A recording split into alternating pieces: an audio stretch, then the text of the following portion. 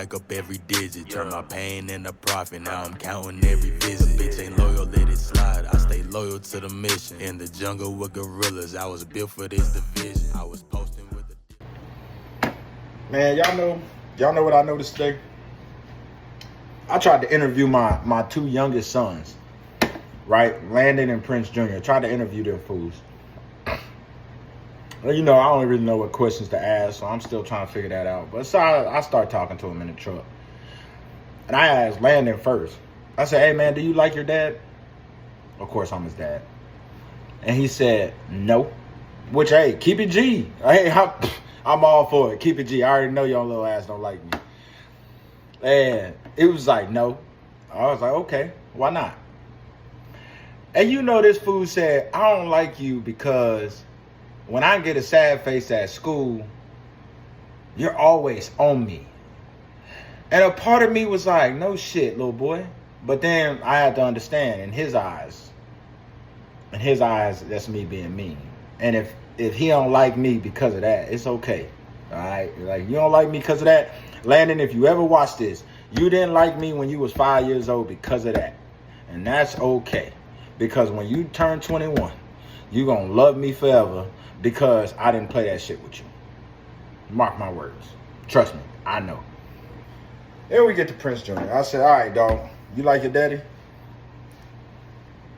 And he was like, yeah. I was like, okay. I expected that because that's like my little mini-me. So I expected that. And he was like, yeah, I like my dad. Okay, why? Y'all know this motherfucker, all the shit that me or his mama has done for y'all know why he like me? Because when I take them to school, we get donut holes. Yeah, that's why he like me. If that was the goddamn case, boy, it could be a whole lot cheaper. Whole lot cheaper for me and your mama. But yeah, I thought that was funny. So I thought I should share that with y'all because that was absolutely hilarious for me today. But let's get into it, dog. Today a Gucci day. It's a chill day. Went, had school, had some classes. It's a cool fucking day today, dog. Like, you ain't even tripping. Mind ain't wandering. House is empty. I'm still happy, still excited. Waiting to go to bed because I'm finna watch me one of these badass shows that I got caught up in. It was a solid day. Solid day. This shit is up and down, though. Like, you have your days. You have your weeks. It's up and down like a motherfucker. But right now, dog, I'm feeling like if I could feel like this every day, I'd be straight. And I know that ain't gonna happen, so y'all ain't gotta tell me that. I know that ain't gonna happen. But I'm Gucci, dog. I'm get to hang around the older kids this weekend. That's gonna be dope. Ain't hung with them in a minute because of this second shift shit, but that's gonna be dope. Because they a whole vibe in they self, boy. You talking about having a fucking clan of comedians, boy. I got them. A clan of comedians. Everybody funny. Let me tell y'all about an experience, man. Absolutely lovely experience. I'll never tell him this. If he watches this, he'll know. But if y'all know me, right? So for the people that know me, they know. If Prince is going out and I'm going to go out or I'm going to an event, I'm going to get dressed, right? And I don't get like super crazy dressed like some of these weird people. But hey, that's the thing. I just go put me on a nice little shirt, put me on my jeans, my boots, and I go about my day. Well, my oldest boy, he's 14, and I just knew his ass don't ever pay attention to me. I just knew he don't ever listen. And this happened like a couple weeks ago. But man, it made me feel good. He like, Dad, he need his haircut. His 8th grade graduation, need his haircut and shit. He needs some clothes to wear. So we go get his haircut by my boy Brian, Big B the barber. We go get his haircut. Cool. And then we go, and I'm like, all right, let's go get some clothes. Mind you, we're gonna go to Ross because daddy ain't rich. We gotta keep it on the low end. So I take him to Ross and I ask him like, man, what you want to wear? Man, that fool looked at me. He said, well, I just need a nice long sleeve shirt. I'm like, okay. He's like, yeah, I like the button up shirts. You know, I need a nice long sleeve button up shirt, a dress shirt. I said, okay, what pants you gonna wear? And he like, I just need some jeans. I'm like, all right, okay. We'll go in there, get you some jeans too. What shoes you gonna put on? Because all I see you wear is Forces, J's, New Balances. What shoes you gonna put on? And he was like, man, Dad, I was thinking I could just use your boots. My first thought was, huh? Nah, you ain't wearing my shit. Mind you, yes, me and my 14-year-old wear the same goddamn size shoe. But when he said it, I rethought about it, right? As he's talking, I didn't respond. I rethought about it, and it told me, what that told me is he pays attention. I'm not telling you what to wear. He decided what he wanted to wear, and he just so happened to decide to dress how his daddy dressed when he go out, because he know that's how we look. We look decent. We look good. We don't have to be overly fly. We don't have to be underly dressed. We're going to put on a nice dress shirt, tuck our shirt in, put our jeans on, put our boots on, go about our day. The fact that he paid attention for his whole life, the fact that he paid attention to that, and that's what he chose. And he didn't say, nah, give me some pants with some tears in it. Give me some pants with some paint on them, and I'm going to put my Forces on and go about my day. He didn't say that. He was like, you know, he wanted boots, jeans, and a dress shirt. Boy, I tell you, you talking about a dad being able to sit there like, I think I might got him. I think he might pay attention to me. Happiest moment I done had in a long ass time, dog. Because for my oldest boy to pay attention so closely and understand how we operate with our last name, with the understanding of who your father is, absolutely fucking loved it. Made me the happiest person on that day. I won't tell him that shit because he's a bully, but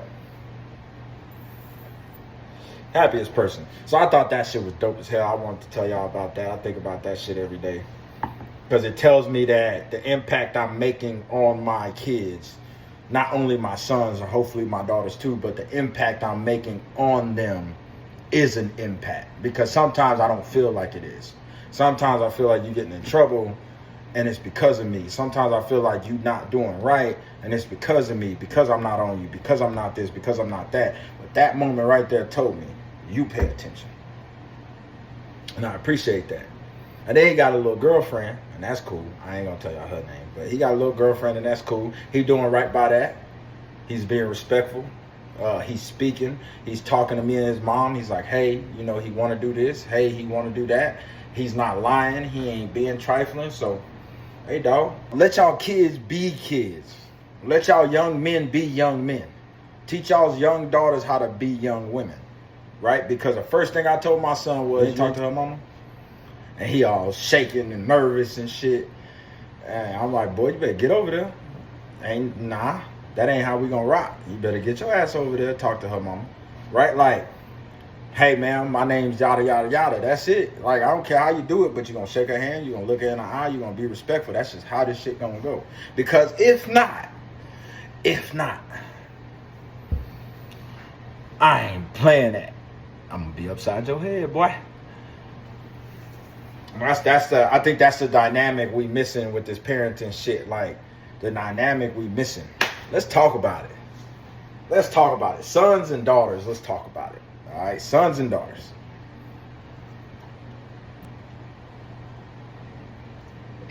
Boy, a daughter is such a precious thing for a dad. Now, I'm not saying it's not for a mom, but for a dad, man, it's such a precious thing. Because when you have little girls, I'm a sole believer on it. When you have little girls, they look up to mom, and they want to be like mom, wear their dresses like mom, be cute like mom, and all that's cool. But when they look up to their father, it's almost a way of life, right? Like, it's bigger than the dresses. It's bigger than the smile. It's bigger than the makeup. It's bigger than the hairstyles when it comes from daddy to daughter. Because they're gauging their next boyfriend or their boyfriend or husband or whoever in the future is coming to them as a man in their life. They're gauging them off of you, right? So if I'm that type of dad where they watch me and this is a big part of why I try to hold myself accountable and I'm trying to do better and be a better man, is because if your daughters watch you be the wrong man, they gonna think the wrong man's okay. Nah, we ain't having that. Because if your daughter chooses, if you showing your daughter the wrong man and she chooses the wrong man, how you gonna react? You ain't going for it, right? But she learned that from you. Why you ain't going for it now? That's a reality we all gotta face. I face it, right? Like, you don't think, like, I don't want my daughter to pick no dude that then cheated on women. I don't want my daughter to pick no dude that then degraded women. I don't want my daughter to pick no dude that ain't fighting for her. You know what I mean? Like, I don't want her picking that. So it's my job to show her that ain't me. So when she chooses, nah, dog, like, my daddy ain't never did nothing like that. I can't go for that. That ain't a part. That ain't on the table. That's the biggest thing for me when it comes between daddy and daughters. That's why most people hate it. Or not hate it. Most people tell me I'm wild, and that's why they ain't gonna ever listen to me. But I try not to whoop my daughters. Have I had to whoop them? I had to do a little pow, little pop. I had to do that before. And my ass is scary because I went back and apologized to the oldest one before. I popped her ass and I didn't apologize when she was like 7. But I try my best not to spank them or anything, because at the end of the day, man, if I put my hands on them in any capacity, sometimes they may need it for real and you might just got to give it to them. But if I show them that aggression and that physicality from yay high to now, older ages, I'm a strong believer in, I feel like they think it's okay for a man to do that. And I be damned. Because if I ever find out that a man has done that to them, I promise you, jail ain't going to be a good place for me. Because it ain't going to happen. So with that, that's the daddy and daughters. Now with the sons it's rough. Because they get it the worst, right? Like, from a dad, the sons get it the worst. Especially if you're a dad built on pride, right? Like, and maybe that's not the right term I should use, but like me, I'm prideful, right? I'm prideful of my last name. I hold, like, to me, it holds weight for me. So if you out here doing foul shit with my last name, I'm on your ass. That's just how I am. So my sons, it's not allowed. It's not tolerated, right? Like, you're a prince. This is how it's going to operate. And you're going to operate this way or I'm upside your head. That's just how it's going to work. And that comes down to the respect factor, right? The protection factor comes down to all that. So with my sons, it's a little harder because I'm way more strict. And it's not that I'm trying to treat them differently, but the reality is y'all are different. The reality is the way an African-American woman is perceived in this society, let's put it this way. The way an African-American woman or mixed breed woman, anybody of African descent is perceived in this society, she's perceived like she's looked at as if she's a charity case in a sense, right? Because the world believes most of them are government assistants and yada, yada, yada. That's how they're perceived. But then you have your sons, right? Your African-American sons or of African descent. Those sons are automatically, no matter what, once we start getting beards and hairs and our voice gets deeper and we get taller or whatever, or we get stockier or whatever, just because of how we're built, what we become? A threat, right? We become a threat. We become vicious. We become aggressive. We become angry. So that's why I don't raise them the same. That's why I don't treat them the same, because the consequences ain't the same, right? For the same thing that they call a young black girl ghetto for, they'll try to put a black man or a black boy in jail or kill him for. Not the same. So with my daughters, I just treat them, the safety of it, and try to make sure, like, hey, we ain't this way or that way. For the sons, it's more like, hey, bro, you're going to be however you're going to be. But you better be aware of your surroundings. Be aware of your situations. Be aware of what you're doing. Understand how to operate. Understand where you're operating at. Because the reality of it is, for us, this world don't love you, boy. All right, like that's the reality. This world don't love you. And I hate to tell that to you. And I try not to tell that to the younger boys because I don't feel like they're ready for that conversation and about how they would take it. But my older sons, man, they already know. I didn't already. Like, I'll tell you, the world don't love you, dog. The world is just a placeholder for you. They don't love you. All right. So at the end of the day, you better know how to operate out here.